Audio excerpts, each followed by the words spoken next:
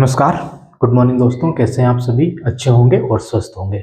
आपसे एक सवाल है कि क्या कोई ऐसी सभ्यता हो, चाहे देश हो, चाहे आपका जिला हो, चाहे कोई भी जिला हो, ठीक है, आपका नहीं, कोई भी जिला हो, चाहे कोई राज्य हो, चाहे छोटे-छोटे जो देश हो, चाहे कोई द्वीप हो, कुछ भी हो। मान लो कि इतना पावरफुल उसको बना दिया जाए, उसकी आर्थिक स्थिति को मजबूत बना दिया जाए, उसकी सुरक्षा दीवार को मजबूत बना दिया जाए, वहाँ पे रहने वाले लोगों को मतलब काफ़ी ज़्यादा जागरूक रखने रहने के लिए मैसेज दे दिया जाए। मतलब एक तरीके से ऐसा एक प्रदेश बना दिया जाए जो ना कभी कोई मतलब युद्ध में उसको हरा सके, इतना शक्तिशाली हो और आर्थिक स्थिति भी काफ़ी मजबूत हो। फिर भी क्या वो शहर तबाह हो सकता है, हार सकता है या खत्म हो सकता है, या वहाँ के लोग वहाँ से उस जगह को छोड़ के जाने पे मजबूर हो सकते हैं? तो बिल्कुल हो सकते हैं। ये जो हमारी एक पृथ्वी है, ये एक ग्रह है, ये पूरा मतलब स्पेस में घूम रही है, ये पृथ्वी एक धुरी पे घूम रही है।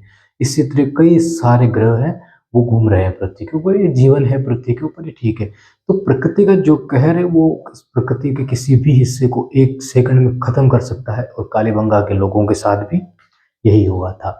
हमने बार-बार कहा है कि कालीबंगा के जो लोग थे, वो युद्ध में नहीं हारे थे। युद्ध में उनको हराया ही नहीं जा सकता था। व्यापारिक केंद्र बना चुके थे वो लोग, अपना कहीं से भी आए, लेकिन जब उन्होंने रहना स्टार्ट किया, तो शुरुआती दौर में प्राक हड़प्पा सभ्यता के हमको अवशेष मिलते हैं। तो एक काम करते हैं, आज की क्लास में हड़प्पा सभ्यता का पतन भी पढ़ना है हमको कि किस प्रकार ये सभ्यता खत्म हुई, लेकिन हम एक रिवाइज करते हुए पढ़ते हैं कि किस प्रकार से प्राक हड़प्पा सभ्यता, मतलब जो बिल्कुल विकसित हड़प्पा है नहीं था, वैसी ही कालीबंगा सभ्यता थी, वहां से लगाकर एक विकसित हड़प्पा सभ्यता की ओर ये सभ्यता बढ़ी। मतलब कालीबंगा एक विकसित सभ्यता में तब्दील हो गई। दोहरी सुरक्षा दीवार बनाई गई, प्रणालियां बनाई गई। आपको हमने पिछली क्लास में देखा था कि एक खोपड़ी के अंदर 6 छेद कर दिए गए, उसका इलाज किया जा रहा था। इतनी बेहतरीन सभ्यता के किस प्रकार से तबाह हो गई देखते ही देखते। तो ठीक है, तो हम रिवाइज करते हुए सब चीज़ को पढ़ते हैं और एक मैप बनाते हैं अपने हिसाब से, ताकि हमको समझ में आए ये चीज़ें। ठीक है, शुरू करते हैं। हेडिंग डाल देते हैं, कालीबंगा, कालीबंगा सभ्यता का पतन। ठीक है, कालीबंगा सभ्यता का पतन। अब हम रिवाइज करते हुए पढ़ेंगे कि ये सभ्यता शुरुआती दौर में कैसे थी और ये आगे गई। तो देखो, एक नदी बहती है, उस नदी का नाम है गगर नदी। अब इस नदी को 3 नाम दिए गए थे। गगर नदी कह दो, चाहे देशवती नदी कह दो, चाहे सरस्वती नदी कह दो, ये नदी थी। इस नदी के किनारे पे सभ्यता बसी, उस सभ्यता का नाम था कालीबंगा सभ्यता। एक टीला बना था यहाँ पे, उस टीले को ऊंचा शहर कहा गया। ऊंचा शहर ऊंचाई पे स्थित था, इसलिए इसको ऊंचा कहा गया। लेकिन इसी के पश्चिम में, इसी के पूर्व में एक टीला और मिला हमको, काफी बड़ा था आकार में, और इसको कहा गया निचला शहर।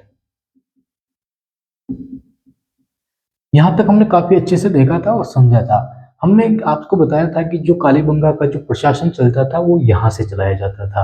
और कालीबंगा में जो कारीगर होते थे, जो कलाकृतियां बनाई जाती थी, वो सारी चीजें यहाँ पे होती थी, खेती की जाती यहाँ पे होती थी। तो जो टीला है, इसके आसपास का काफी सारा क्षेत्र भी इनके ही कवर में आता था, जहाँ पे ये लोग खेती किया करते थे। और इस नदी के किनारे हमको काफी सारे ऐसे खेत मिले हैं जिनमें दोहरी फसलें उगाई जाती थी। उसके बाद इन खेतों की अंदर हमको हड्डियां मिली है, बैल की हड्डियां मिली है, ऊँट की हड्डियां मिली है, तो काफी सारी हड्डियां मिली है। उसके माध्यम से हम ये पता लगाते हैं कि इन खेतों में जो हल चलाया जाता था, वो किन्हीं पशुओं के माध्यम से चलाया जाता था, मतलब चाहे बैल हो गया, ठीक है। ये यहाँ तक हमने पढ़ा था काफी अच्छे से। फिर जो हमको इनकी मुख्य सड़कें मिली है, ठीक है, चाहे ये शहर हो गया, चाहे ये शहर हो गया, सड़कें बनाई गई थी ऐसे इनके अंदर, जिनकी चौड़ाई काफी ज्यादा थी। उन सड़कों पे हमको पहिए के निशान मिलते हैं, मिट्टी का लेप किया जाता था, कच्ची ईंटों की सड़कें हुआ करती थी, वहां पे पहिए के निशान मिले हैं। वहां पे हमको हड्डियां मिली है, ऊंट की हड्डियां मिली है। इसके माध्यम से हमको पता चलता है कि कालीबंगा के अंदर जो व्यापार किया जाता था, उसको ले जाने और लाने के लिए जो बैलगाड़ी का यूज किया जाता था, उस बैलगाड़ी को खींचने का काम हो सकता है कि कालीबंगा में ऊंट किया करते हो। तो ऊंट की हड्डियां मिलना मतलब यही संकेत देता है। उसके बाद बैलगाड़ी नहीं मिली है, लेकिन बैलगाड़ी के रूप में हमको एक खिलौना मिला है। वो खिलौना कालीबंगा के अंदर हमको ये बताता है कि हाँ, बैलगाड़ियां यहाँ पे हुआ करती थी। उसी प्रकार हल चलते थे, जो मतलब कि जो खेत मिले हैं, वो हल की तरह जो जोते जाते थे, उस आकार के मिले हैं। तो उससे हमको पता चलता है कि कालीबंगा के अंदर हलों को चलाया जाता था, और इसके लिए बेलों का यूज़ किया जाता था। और बेल के लिए भी तांबे की मूर्ति मिली है, बेल की बनी हुई।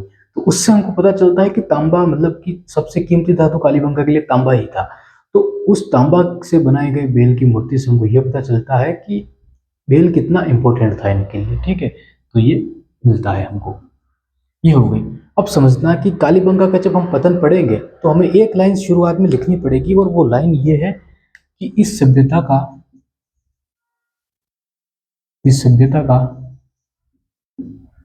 पतन किसी बाहरी आक्रमण के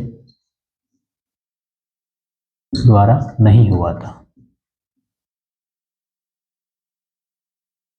इस सभ्यता का पतन किसी बाहरी आक्रमण के द्वारा नहीं हुआ था। इसका आंसर देना है हमको कि ये क्यों कहते हैं। देखना, ये जो ऊंचा शहर हमको मिला है ये दोहरी सुरक्षा दीवार से ढका हुआ था, ठीक है। पहली चीज तो ये हो गई।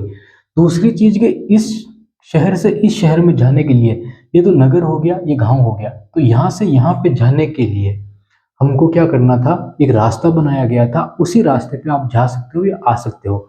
मतलब इस हिस्से से इस हिस्से में जाने के लिए और इस हिस्से से इस हिस्से में, मतलब कि नियंत्रण रखा जाता था। कुछ कानून बनाए गए होंगे, कुछ नियम होंगे, उन नियमों का पालन करना अनिवार्य था। इसके आधार पर हम कहते हैं कि इनकी ये सूझबूझ वाली जो प्रणाली थी ये काफी बेहतरीन थी, और इसके आधार पर इस सभ्यता का युद्ध में इसको नहीं हराया जा सकता था। कच्ची ईंटों का यूज किया गया दीवारों के लिए कि इनको पता है कि काफी धूप पड़ती है, उस धूप में ये ईंटें काफी ज्यादा अच्छी तरीके से मजबूत बन जाएगी, इनको पकाने की आवश्यकता ही नहीं है। उसके बाद इन्होंने एक दूसरा आंसर इसका देते हैं, इनकी आर्थिक स्थिति। कालीबंगा के लोगों की जो आर्थिक स्थिति थी वो किस प्रकार थी। निचला शहर, ये जब लोग शुरुआत में आए थे, जब ये लोग शुरुआत में कालीबंगा के अंदर आए थे, देखना यहाँ पे प्राक हड़प्पा,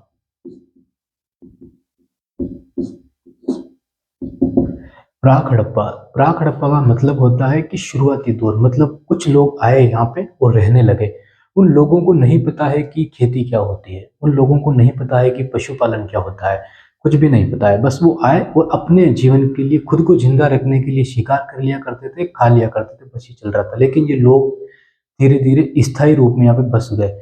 नदी इनको मिल गई, घग्गर नदी, काफी बेहतरीन। और उसके बाद ये लोग यहाँ पे आए, रहने लगे, परिवार बनाए, जीवन जीने लगे, शिकार करने लगे। और फिर बाद में इनको पता चलने लगा कि हाँ, हम पशुओं को पाल भी सकते हैं, पालने लगे।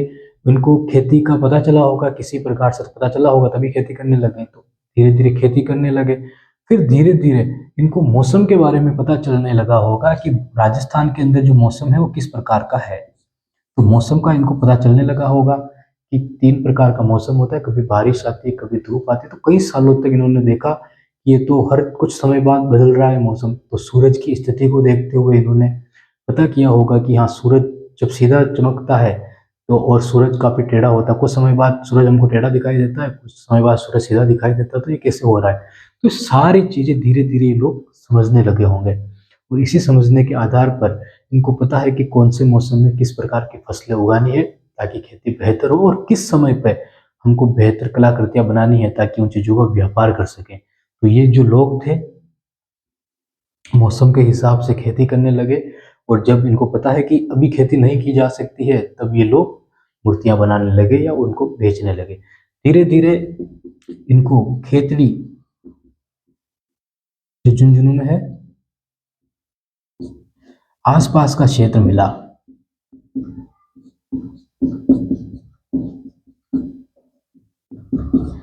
खेतड़ी झुंझुनू के आसपास का क्षेत्र मिला, जहां से इनको तांबा प्राप्त होने लगा, तांबा मिलने लगा, ठीक है। तो तांबा मिलने लगा तो ये सभ्यता प्राक हड़प्पा से, जहां प्राक हड़प्पा का मतलब यही है कि एक ऐसी सभ्यता जिसको कुछ नहीं पता है, जहाँ पे कोई भी चीज स्थायी नहीं हो सकती, ना उनका पशुपालन स्थायी हो सकता है, ना वहाँ की खेती स्थायी हो सकती है।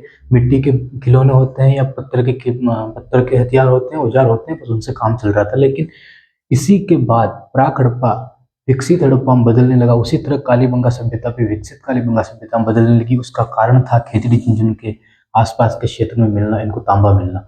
फिर तांबा के औजार बनाने लगे, तांबे की मूर्तियां बनाने लगे, और उसी तांबे को विदेशों में व्यापार के लिए भी इन्होंने देखा होगा कि कहाँ व्यापार किया जा सकता है। और जब इन्होंने देख लिया, समझ लिया, तो ये लोग व्यापार भी करने लगे। तो यहाँ से ये सभ्यता विकसित सभ्यता में बदलने लगी।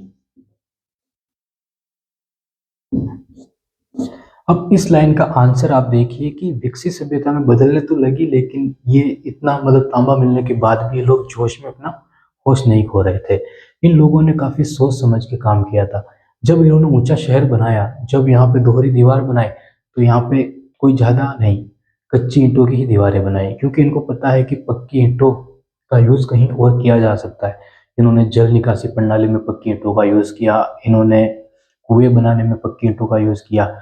वेदिकाएं जो बनाई गई उनके आसपास के कई हिस्सों में हमको कुएं मिलते हैं, तो वो हमें बताते हैं कि वहां पे पानी की आवश्यकता थी। जो वेदिकाएं जलाई जाती थी, कुछ लोग आगे बैठते यज्ञ किया करते थे, उनके पास हमको कुएं मिलते हैं।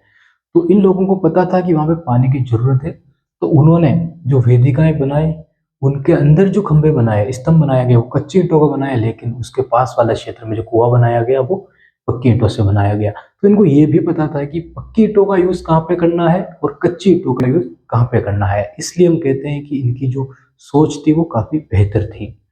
जैसे कि आज हमारे देश के अंदर सड़कें बनाई जाती है, ठीक है, तो जहाँ पे सड़कों की जरूरत होती है वहां पे तो काम चलाओ सड़कें बना दी जाती है, लेकिन जहाँ पे प्लॉट बेचने हो या कोई बड़ा हिस्सा हो जिसने किसी नेता ने अपने मतलब अंडर किया हो, या फिर उसको बेचना हो, उसकी कीमतें बढ़ानी हो, वहाँ पे लाइट के खंभे पहुंच जाते हैं, वहाँ पे ट्यूबलाइट पहुंच जाती है, वहाँ पे सड़कें बेहतरीन पहुंच जाती है, बल्कि एक मैप के थ्रू वहाँ पे प्लॉट कार्ड भी दिए जाते हैं।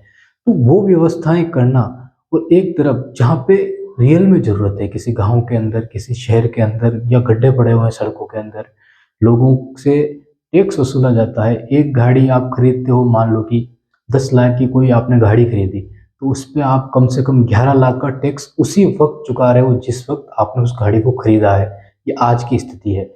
लेकिन उस 11 लाख के टैक्स के बदले आपको रोडों पे खड्डे मिल रहे हैं बस। ऐसी स्थिति है। तो वो जो यूज जो मटेरियल है वो कहाँ पे जा रहा है, तो उसका कह रहे हैं हम कि इन्होंने जो यूज किया वो काफी बेहतर था। इतनी बेहतरीन व्यवस्था यहाँ पे करना, और ठीक है, तो इसके आधार पे कह रहे हैं कि इनको अर्थव्यवस्था मतलब आर्थिक तौर पे भी नहीं हराया जा सकता था। इनकी जो सुरक्षा प्रणाली थी काफी बेहतर थी, इसके आधार पे इनको नहीं हराया जा सकता था। और यहाँ पे कोई सभ्यता लड़ने भी आती, तो आप सोच के चलिए कि इतनी धूप में आके इनके साथ लड़ाई करना ये तो मुमकिन ही नहीं था, ठीक है, क्योंकि उस वक्त कोई मोटरसाइकिल नहीं थी, कोई मतलब गाड़ियां नहीं हुआ करती थी कि फास्ट चल के आ जाए। वो यहाँ पे पहुंचते पहुंचते ही भूख से मर जाती, ऐसी स्थिति थी। तो आप सोच सकते हो कि ये कितनी बेहतर थी। तो एक बार ये मैप बनाइए, घग्गर नदी, ऊंचा शहर, निचला शहर, और ये पॉइंट जरूर लिखना। उसके बाद आप ये तीनों पॉइंट लिखिए ताकि आपको पता चले कि ये कैसी व्यवस्थाएं थी। फिर आगे देखते हैं।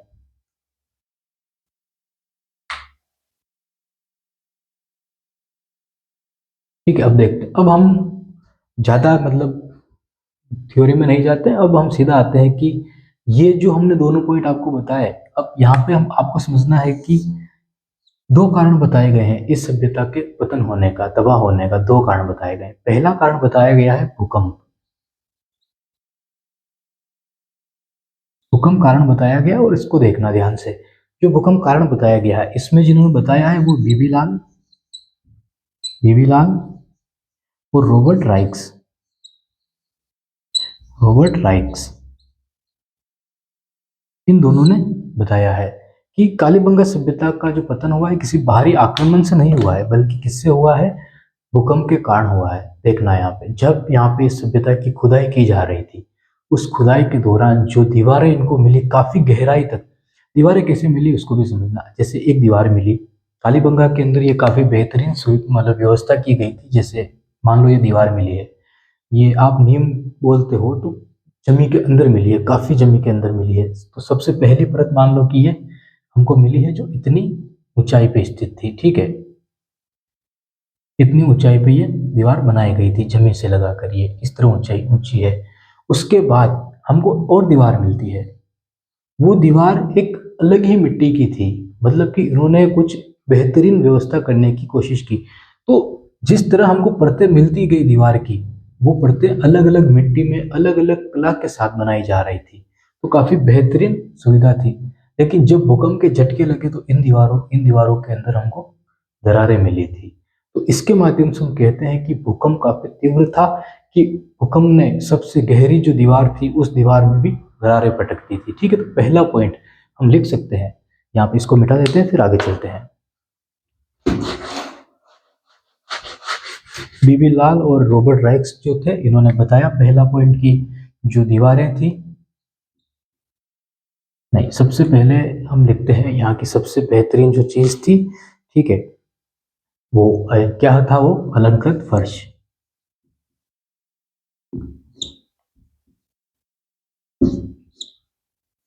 ये जो अलंकृत फर्श मिला है, ये सिंधु घाटी सभ्यता में भी नहीं मिला है, जो कालीबंगा सभ्यता में हमको मिला है वो नहीं मिला है। तो जो भूकंप आया, जो भूकंप के झटके लगे, तो अलंकृत जो फर्श था, इस फर्श के अंदर भी हमको मतलब कि दरारें मिलती है। उसके बाद जो चबूतरे हमने आपको कहा था कि वेदिकाएं बनाई गई थी, वो चबूतरे, उन पर भी हमको दरारें मिलती है। उसके बाद गहरी दीवारें, ठीक है, गहरी दीवारें, इन सब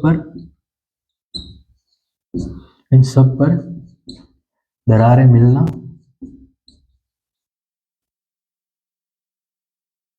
ठीक है, इन सब पर दरारें मिलना हमको तीव्रता वाले भूकंप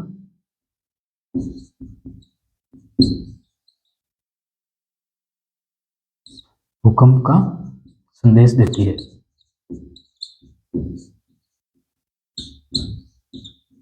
ठीक है, इन सब पे हमको दरारें मिलना ये बताता है कि यहाँ पे काफी तीव्र गति से भूकंप आया था। इन्होंने इसका काल भी बताया, लेकिन इससे पहले एक पॉइंट और लिखना आप,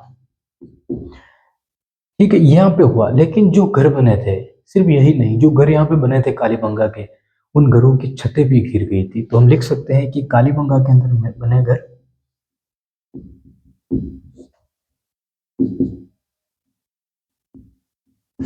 बने घर,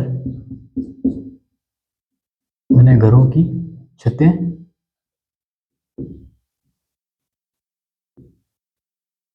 गिर चुकी थी। ठीक है, ये दो, एक पॉइंट ये हो गया, एक पॉइंट ये हो गया कि कालीबंगा के जो घर बनाए गए थे, उन घरों की छतें भी गिर चुकी थी उस भूकंप के कारण। तो आप सोचिए कि इतनी मेहनत से लोगों ने काम किया, वो दोनों चीजें हो गई।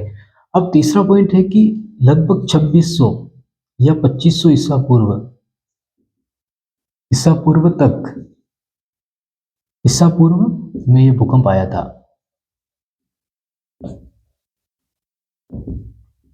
ठीक है, आज से मतलब 2600 ईसा पूर्व या 2500 ईसा पूर्व, अभी क्या चल रहा है 2025, तो 2000 तो ये और 2500 ये, तो लगभग 4500 ईसा पूर्व के समय में ये भूकंप आया था। उसके आसपास में ये भूकंप आया था, तब ये सभ्यता मतलब तबाह होने जा रही, लेकिन एकदम से नहीं हुआ था इसका पतन। जैसे ये सभ्यता प्राक हड़प्पा सभ्यता जिसे हम देखते हैं, उसके बाद से धीरे धीरे विकसित प्राक हड़प्पा सभ्यता विकसित हड़प्पा सभ्यता में बदल गई। जैसे खेती करना ही नहीं आती थी, खेती करना सीखा, और फिर बेहतरीन खेती करने के बाद कुछ अनाज बचाकर बेचने भी लग गए। ठीक, ऐसी स्थिति बनी। उसी तरह ये सभ्यता, ठीक है, भूकंप आया, उसके बाद धीरे धीरे क्रमिक रूप में ये तबाह होने लगी, लोग यहाँ से जाने लगे, छोड़ के जाने लगे, भूखे मरने लगे और नई जगह देखने लगे। तो ऐसी स्थिति बनी। तो 2600 2500 ईसा पूर्व में ये इसकी शुरुआत हो गई थी। तो ये पॉइंट लिखिए 3, फिर आगे चलते हैं।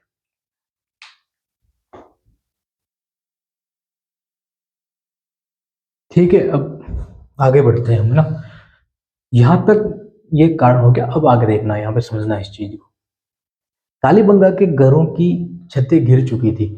अब जल निकासी प्रणाली जो इनके द्वारा बनाई गई, घरों के अंदर बनाई गई, खेतों के लिए बनाई गई, जितनी व्यवस्थाएं की गई, ठीक है, अब आप सोचिए कि अगर ये घरें, दीवारें में दरारें पड़ रही है, इतना तीव्र गति का भूकंप आया है, तो यहाँ पे जो बनाई गई इनकी जल निकासी प्रणाली है, वो रहेगी या तबाह हो जाएगी? वो टूट चुकी थी, वो मतलब कि खत्म हो चुकी थी एक प्रकार से। तो जो पानी, गंदा पानी इन्होंने बाहर निकालने के लिए किया था, पूरा तंत्र बिछाया था, वो पानी घरों के अंदर ही रहने लग गया, और उसके कारण इस सभ्यता के अंदर काफी सारी बीमारियां फैलने लगी थी। तो हम ये पॉइंट लिख सकते हैं इसके उलट, कि इसके कारण, ठीक है, इसके इन पॉइंट के साथ ही इसको लिखना पड़ेगा कि इसके कारण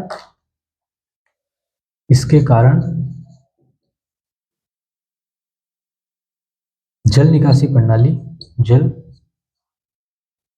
निकासी प्रणाली तहस नहस हो गई थी। जिससे क्या हुआ, बीमारियां फैल गई, जिससे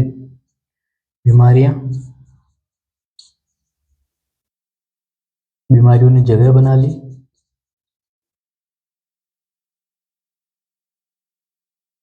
और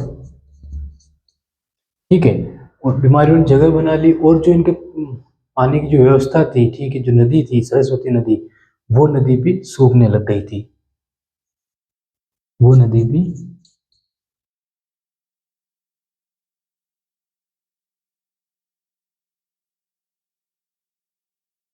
अब आप कहोगे नदी का क्या संबंध है भूकंप से? देखना, जो तीव्र गति का जो भूकंप आया था, एक बार इस पॉइंट को लिखना फिर आगे बढ़ेंगे, लेकिन सुनना पहले। जो तीव्र गति से जो भूकंप आया था, तो ये कहा जाता है कि तीव्र गति के से आने वाला भूकंप ने यहाँ पे जो एक प्लेट टेक्टोनो तो होता है, जो हिमालय हमारा जो बना है, दो प्लेटों के टकराने से बना है, उसी प्रकार पहले ये जो नदी है, ये सतलज की सहायक मानी जाती है। कि सतलज नदी जो बहती है वो ये नदी होती है कि एक उसकी एक धारा राजस्थान में होकर बहती और बारहमासी नदी हुआ करती थी। तो अलग अलग धारणाएं हैं। तो कहा जाता है कि सतलज की सहायक नदी हुआ करती थी जो वहां से निकलती थी, लेकिन जो भूकंप आया उसके कारण जो हलचल हुई, इस नदी ने अपना रास्ता बदल लिया। और जब इस नदी ने अपना रास्ता बदला, तो एकदम से यहाँ की कहानी बदल गई। जो नदी पहले यहाँ पे पानी लाया करती थी, वो नदी का पानी सूख चुका है। अब ये नदी सिर्फ किस पे निर्भर थी? तो बारिश के ऊपर निर्भर थी कि अगर बारिश हो जाए तो इस नदी में पानी आ जाएगा, वरना फिर पानी नहीं आएगा। जो बारहमासी नदी हुआ करती थी, वो नदी सूखने के कगार पे आ गई। तो उसका कारण ये था कि प्लेट टेक्टोनिक के जो सिद्धांत है, उसके कारण ये नदी ने अपना रास्ता बदल लिया, सतलज नदी ने अपना रास्ता बदल लिया। तो एक बार ये पॉइंट लिखिए, फिर आगे इस पॉइंट को लिखते हैं।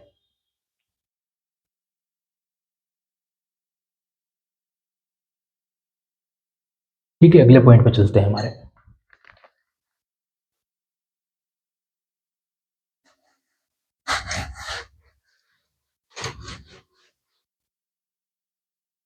दो पॉइंट लिख सकते हैं हम यहाँ पे कि कालीबंगा सभ्यता। पहला पॉइंट लिखना कि कालीबंगा सभ्यता सभ्यता का अस्तित्व, कालीबंगा सभ्यता का जो अस्तित्व था वो सरस्वती नदी पर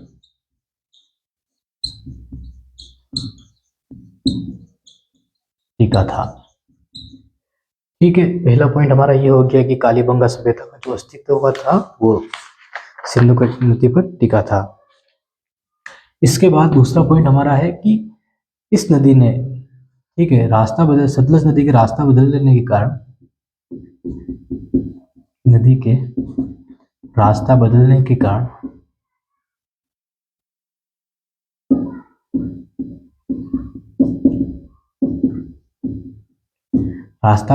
के कारण यहाँ पूरी कहानी बदल गई। ठीक है, यहाँ पूरी कहानी बदल गई। अब कोष्टक में लिखना, नोट लगा के लिख सकते हो, कोष्टक में लिखना कि टेक्टोनिक हलचल के कारण,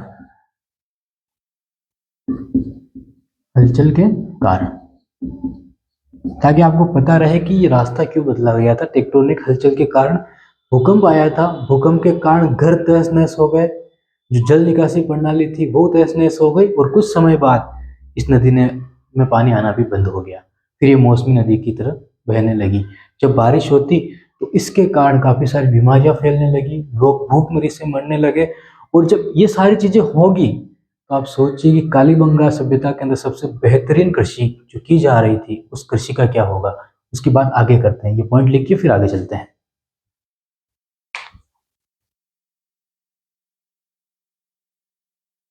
आगे चलते हैं हम, ठीक है।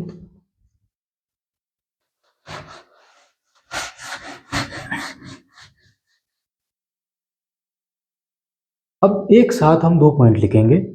एक होगा रेगिस्तान का बढ़ना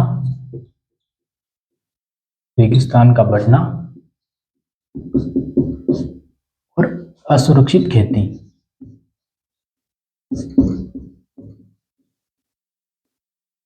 रेगिस्तान का बढ़ना और असुरक्षित खेती दोनों एक ही हैं। देखो, हरी भरी कोई चीज हुआ करती थी पहले इनके पास, जो सूख चुकी है, जो जहाँ पे पानी खत्म हो रहा है इनका। उसके कारण क्या हुआ कि यहाँ पे धूल उड़ने लगी, और धूल उड़ने के कारण धूल भरी आंधियां चलने लगी, धूल भरी आंधियां चलने लगी। ठीक है, जैसे कि अभी जो चलती है रेगिस्तान के अंदर, आपको पता है। तो उसके कारण जो घर थे, जो टूट चुके थे घर, उन पे मिट्टी जमने लगी। और इन लोगों में इतना अपना इतना सक्षम नहीं रहे ये लोग कि वापस वो चीजें करने लगे, क्योंकि इनकी जो अ, स्थिति थी जो मजबूत कर रही थी इनको, इकोसिस्टम था इनका, वो तबाह हो चुका था एक तरीके से। तो ये सारी चीजें हो रही थी। इसके कारण असुरक्षित खेती भी हो गई। जो फसलें उगा रहे थे वो फसलें उगाने लायक अब बचे नहीं है लोग, और काफी कम उगा पा रहे थे खेती, मतलब कि जिंदा रहे उतना ही कर पा रहे थे। लेकिन फिर एक सभ्यता, ऐसी सभ्यता जो इतनी बेहतरीन थी, वो सभ्यता फिर इस तरह तहस नहस हो जाना। तो अब आप खुद सोच के लिखना, रेगिस्तान का बढ़ना आज हमारे लिए सबसे महत्वपूर्ण चुनौतियां क्या है, कि रेगिस्तान का बढ़ना, और दूसरा असुरक्षित खेती कालीबंगा के लोगों के लिए किस प्रकार हो गई थी। हमने काफी डिटेल में बात की, ये चीजें आपको आनी चाहिए कि इन लोगों ने किस प्रकार से खेती करना शुरू किया। दो खेती एक साथ करने वाले आज खेती करने लायक भी नहीं बचे हैं लोग। और रेगिस्तान का बढ़ना, जब एक नदी सूख जाती है तो किस प्रकार रेगिस्तान वहां पे जगह बना रहा था, धूल भरी आंधियां चल रही थी, वहां पे पानी की कोई व्यवस्था नहीं है, इनकी जल निकासी प्रणाली तबाह हो चुकी है। तो ये दोनों पॉइंट अब आपको लिखने हैं, ये आपका काम है, और लगभग हमारी सभ्यता खत्म होगी। अब 2 पॉइंट 3 पॉइंट है जो हमको गाइड में काफी बेहतरीन लाइन मिली थी, हम आपको पढ़ के सुना रहे हैं, तो आप वो लिख सकते हो। सभ्यता का पतन और स्थानांतरण। लोगों ने उपजाऊ स्थानों की तलाश की। अब ये लोग किसी उपजाऊ स्थानों पे जाना चाहते थे। अब वो जगह हो सकती है या तो उत्तरी भारत में जाएंगे या फिर पूर्वी भारत में जाएंगे। ठीक है, या तो उत्तर की दिशा में जाएंगे या पूर्व की दिशा में ये लोग जाएंगे। उसके बाद विरासत का हस्तांतरण होने लगा। अब समझना यहाँ पे, भले ही शहर खाली हो गया हो, यहाँ पे इन लोगों ने जगह को छोड़ दिया हो, लेकिन 3 चीजें हैं यहाँ पे जो काफी इंपॉर्टेंट थी। वो थी हल चलाना और दोहरी फसल करना, क्रमिक फसलें उगाना। आज भी हमारे देश में कई कई सारे हिस्से हैं जहाँ पे, जैसे हरियाणा हो गया, तो काफी सारे हिस्सों पे दोहरी फसलें ली जाती है। उसके बाद मिट्टी के तंदूर। आज भी गाँव के अंदर मिट्टी के तंदूर में रोटियां बनाई जाती है, तंदूर बनाए जाते हैं। ठीक है, तो ये भी कालीबंगा की देन है। उसके बाद अग्नि वेदिकाओं। ठीक है, तो अग्नि वेदिकाओं और एक पवित्र स्नान। आप सोचिए कि वेदिकाएं हुआ करती थी, उसके पास ही कुएं बनाए गए कालीबंगा के अंदर। तो जो वेदिकाएं थी उसके बाद ही तो ये पवित्र स्नान, और फिर आगे आने वाला काल, वैदिक काल, वहां पे तो आप देखिए कि यज्ञ की भरमार लगी हुई है। कितने सारे यज्ञ बताए गए, कितने सारे यज्ञ किए जा रहे थे। चाहे आप भागवत गीता उठाइए, चाहे रामायण पढ़िए, आप कुछ भी जो वेद पढ़ना है पढ़िए, कितने सारे यज्ञों की बात की गई है। वो सारी चीजें कालीबंगा में पहले ही हो रही थी। कुएं बनाए गए, पवित्र स्नान पहले ही हो रहे थे। ये सारी चीजें कहाँ से आई? आज भी हमारे जीवन में असुरक्षित खेती और रेगिस्तान का बढ़ना, इसके साथ ये कालीबंगा सभ्यता का पतन हो रहा था। लेकिन काफी सारी चीजें वो छोड़ के जा रही थी। वो चीजें क्या थी जिसकी बात हमने की, तो पतन हो गया। तो वैदिक काल में तो ये पहचान बन गई थी, कौन सी यज्ञों की जो पहचान बन गई थी, अग्नि वेदिकाओं की जो पहचान बन गई थी, वो कालीबंगा की ही थी। कैसी लगी ये कालीबंगा सभ्यता, हमको कमेंट करके जरूर बताना। पूरी प्लेलिस्ट हमने बना दी है, हम डालेंगे। कुछ चीजें हैं जो छूटी है, उनमें हम बात कर लेते हैं कि जो बर्तन है उनकी शैलियाँ। तो हम इमेज जहाँ पे बता नहीं सकते हैं आपको, तो हम शॉट बनाएंगे। उस शॉट के अंदर हर एक उस बर्तन को रखेंगे, उसके अंदर किस प्रकार रंग भरा गया, किस प्रकार उसको कलाकृति दी गई, हर एक डिटेल में हम छोटे छोटे शॉट में उनको आपके सामने ला के रखेंगे। तो ये थी कालीबंगा सभ्यता। बहुत बहुत धन्यवाद आपका।